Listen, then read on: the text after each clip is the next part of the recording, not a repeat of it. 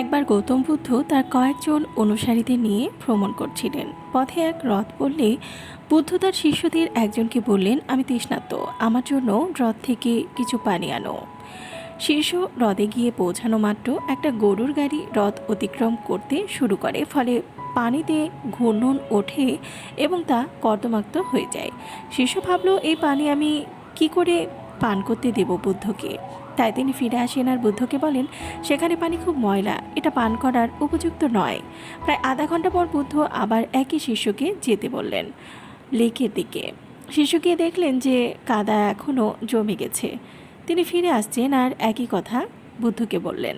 কিছুক্ষণ পরে আবার বুদ্ধ শিষ্যকে পানি আনতে যেতে বললেন। এই সময় শিষ্য দেখল কাদা স্থির হয়ে গেছে এবং জল পরিষ্কার।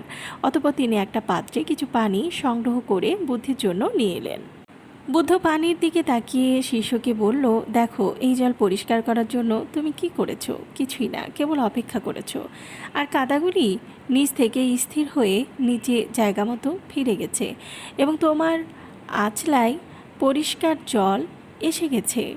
তোমার মনও ঠিক তেমন। যখন এটা অস্থির, অশান্ত, বিক্ষুব্ধ হবে, তখন শুধু মনকে একটু সময় দিবে, এটা নিজে থেকে স্থির হবে। আর এই অশান্ত মনকে শান্ত করার কোনো প্রচেষ্টা বা জবরদস্তির প্রয়োজন নেই, এটি স্থির হবেই, কোনো প্রচেষ্টা ছাড়াই হবে। তেমন তোমার প্রিয় মানুষ বা প্রিয় বস্তু হারিয়ে গেলে ভেঙে না পড়ে স্থির থাকাটা খুব কষ্টসাধ্য, জানি, কিন্তু অসম্ভব নয়।